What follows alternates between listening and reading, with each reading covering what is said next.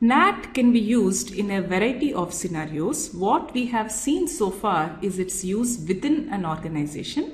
It can also be used in a home setting. For example, within a home, so this is your home, you have many devices, your laptops, your smartphones, so on and so forth, and you typically connect them via a Wi-Fi access point. Now, if you have 10 devices within your home that you want to access the internet and you ask for 10 different IP addresses, that's going to be difficult. So what is often done is you assign only a single IP address to your home, and this is assigned to the access point. So now the access point is going to act as a NAT box. So there are two questions here.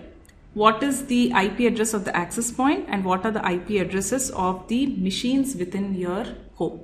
So the IP address of access point could either be manually configured if you know what your globally routable IP address is, or the access point itself can run a DHCP client to get an IP address from whoever is the service provider. So there will be some ISP that is providing service. You get an IP address from that particular ISP.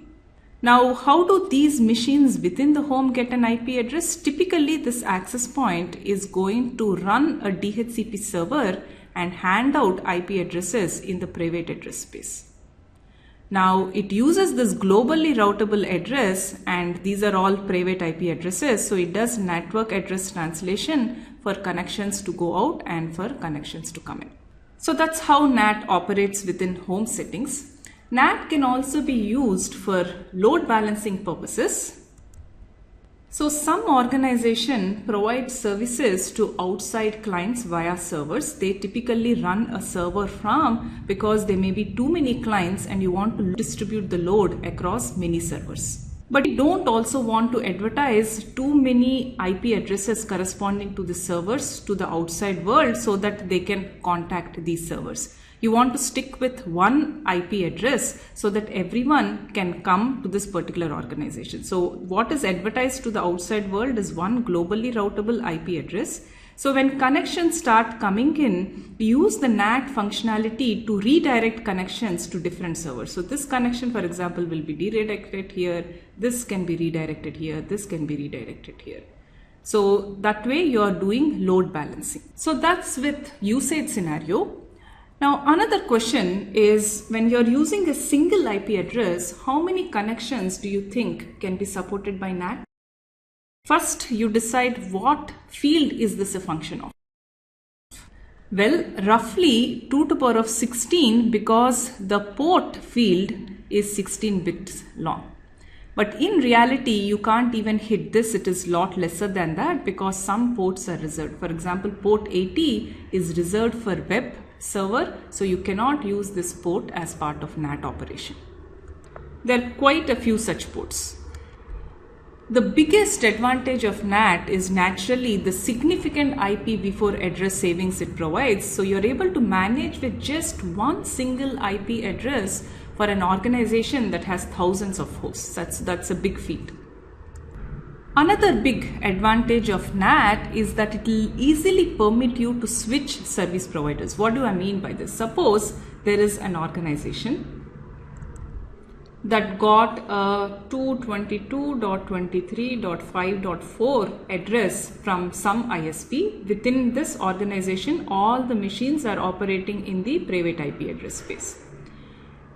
Now, if you were to switch in where you got some other IP address, let's say 224.52.6.7, now you don't have to rename all the IP addresses within your organization. Earlier, where you were using, let's say, a class B address within the organization and all the hosts within this organization had this prefix, then when you change the service provider, you will have to rename all the hosts within the particular organization. By rename, I mean reassign different IP addresses corresponding to the new network portion that the organization got.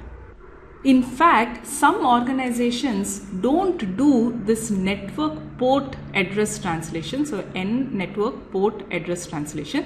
They just do an address translation, and this is a static NAT. What do I mean by this? So here is the organization that is working in the private class B IP address space 172.16.*.* and let's say originally it is taking service from an ISP which provided it with this particular class B address. So what is typically done is you do a static NAT where every IP address within this space is mapped to a specific IP address within this particular space. So remember, NAT is not doing port translation, it is irrelevant here. It is only just mapping an IP address within this space to this, and this is static in nature.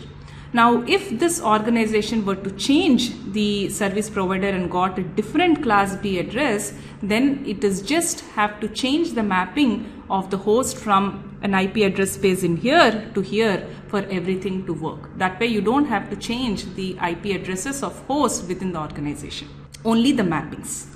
Another advantage of NAT is that it provides a level of protection against outside attacks because the addresses of the machines that are using private IP addresses is not visible to the outside world. While it has quite a few advantages, it also has an equal number of disadvantages. In the internet community, NAT is a black sheep. Many people, the internet purists, hate it because it violates internet principles. For one, ports are for addressing processes, but during the NAT process, you're using them to address hosts, which is not okay. Not only that, NAT operates at the network layer, but it is looking into the higher layer headers like the TCP ports. It is also modifying the ports. That is also not okay. And often you don't know who you are communicating with. You know you are communicating with a specific IP address, but who exactly behind the IP address you are communicating with. In addition, NAT also doesn't work over encrypted headers. Why do you think this is the case? Because if let's say the TCP header is encrypted, you don't know what the port information is. Further, adding to NAT complexity, a NAT needs to understand many application layer protocols. Why? Because some of these application layer protocol packets carry IP information in the higher layers. For example, FTP does, DNS, which we didn't see, both of these we didn't see, we will see that they do carry IP level information. ICMP, which you saw, does carry IP level information. Where exactly does it carry this? Now, if these packets, application layer packets, carry IP level information, then the NAT, when it does the translation, has to modify the packets, application layer packets as well, which is not desirable. Again, it violates the internet principles. Another big disadvantage of NAT is it is difficult to support servers and peer-to-peer applications. These are like the BitTorrent or some other applications which you are familiar with. We'll cover more of this later. So why is this difficult? Lot of these servers, as mentioned earlier, have to advertise their IP address to the outside world so that they can make connections to these particular servers. When you are operating in a private IP address space, you cannot advertise. So what typically happens then is this NAT box, when it receives connections from outside, it doesn't know who to direct it to. The way to overcome this to some extent is through the UPnP protocol. This stands for Universal Plug and Play Protocol, where you tell the NAT box how to direct the incoming connections to yourself. So if it says something like, if I'm operating at a specific port X, if you get connections on this particular port, redirect them to me. So that is what UPnP does. But this also means that if there are multiple servers that are using the same port, again, you cannot use the NAT operation. So to summarize, NAT is another solution to the IPv4 address shortage problem, and it does great as far as efficiency is concerned.